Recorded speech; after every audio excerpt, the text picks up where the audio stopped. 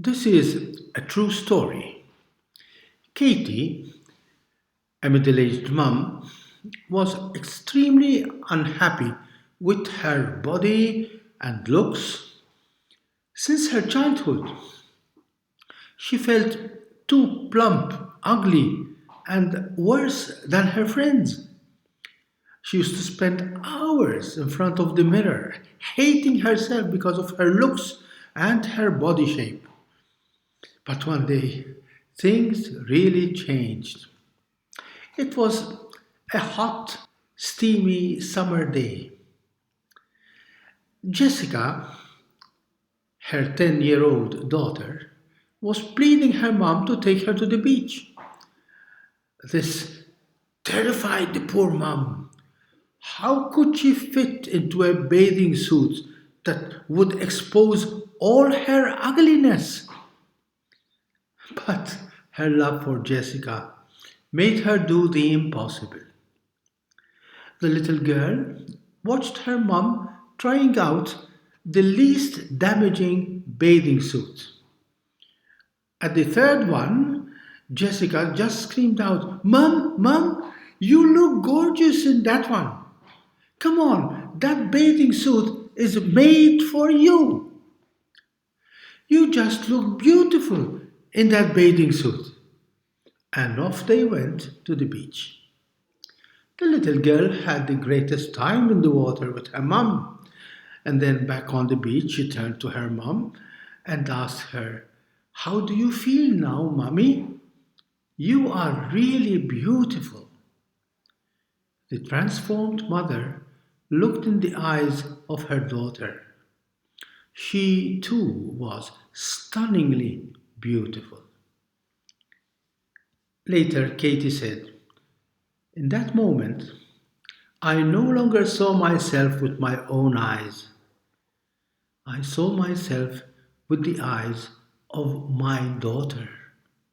She helped me meet for the first time the beautiful woman that had been waiting for me for so many years." In today's Gospel, it is the Father who reveals the full beauty of his Son Jesus. "This is my beloved Son, in whom I am well pleased." And the full beauty of the Son was revealed in all its glory. What makes us beautiful? Is it our body shape? Is it our made up pretty faces? Is it our good actions, our achievements, our successes? Have you ever realized that beauty can never be achieved because beauty can only be received? As the saying goes, beauty is in the eye of the beholder.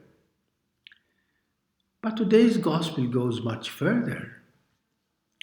Beauty is in the heart of the beholder.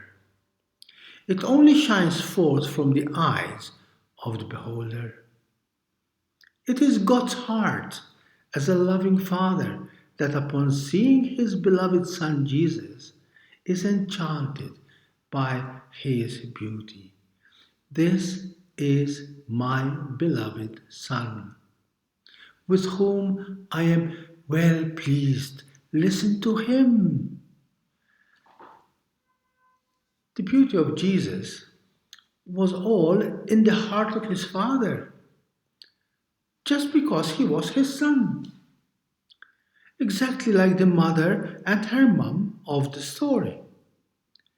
For the child, her mum was the most beautiful woman in the world. Just think of your own mums. Weren't they the most beautiful persons in the world? For the mother, it was her daughter that was the most beautiful child in the world. Their love for each other released, revealed all the beauty that was within them. Love does not see shapes, features, wrinkles, extra fat. Love sees the beloved persons and transforms the shape, the features, the wrinkles, even the extra fat into great, unique, and precious treasures. This is the transfiguration we are celebrating today. It is love that makes people beautiful in our eyes. It is not our beauty that makes us loved or lovable. Beauty is not just a show to be enjoyed. That's what it seemed to Peter in today's gospel story. In front of this dazzling transformation, he reacted the same way we poor humans so often do. He wanted to freeze that beauty into a permanent show. Lord, it is good that we are here. If you wish, I will make 3 tents here, one for you, one for Moses, one for Elijah. He wanted to put Jesus and his beautiful friends in a glass showcase. Today, we have other more sophisticated ways of artificially freezing what we see as beauty. We instinctively bring out our mobiles and seeing a beautiful person, scenery, whatever, we immediately take a picture. Every click is like shouting at life and telling it, please don't move, be still, remain like this forever, catch the moment. And we end up killing the beauty and burying it in aging albums, frozen statues, nostalgic memories, or artificial plastic flowers. Real living beauty cannot be frozen, preserved, fossilized. It is born, grows, suffers, and dies to itself so that it can bring forth a new beauty in itself and in its dear ones. Real beauty is a heart fully alive, ready to pay the price it takes to live a real, meaningful, and loving life. That means paying the highest price that real love asks from us: suffering, passion, death. Because beauty is not a show, it is a discovery and a gift that we willingly give to our beloved. Beauty is life. It needs to constantly die to itself to give birth to a still greater beauty. This is the meaning of the transfiguration we are celebrating today. It wasn't a show on the part of Jesus. It was not just a change of his appearance or figure. It was not a make-up exercise to change our body shape or some kind of spiritual cosmetic exercise through some magical trick. It is a radical and painful but beautiful transformation of ourselves into a pure gift. It is revealing all the beauty we have been created for, which is God's own infinite and glorious beauty. To release all the splendor, all the beauty that is in our hearts, we need to let God look at us first with his loving, his transforming eyes and heart.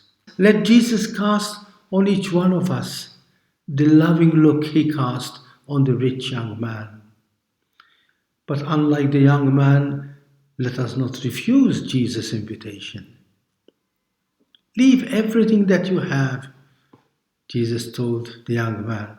If you follow me, you will discover the perfect beauty that is already there within you.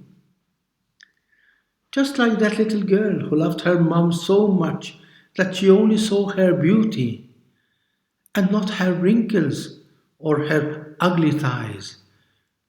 Let us see, let us love the inner beauty of those around us. Who knows?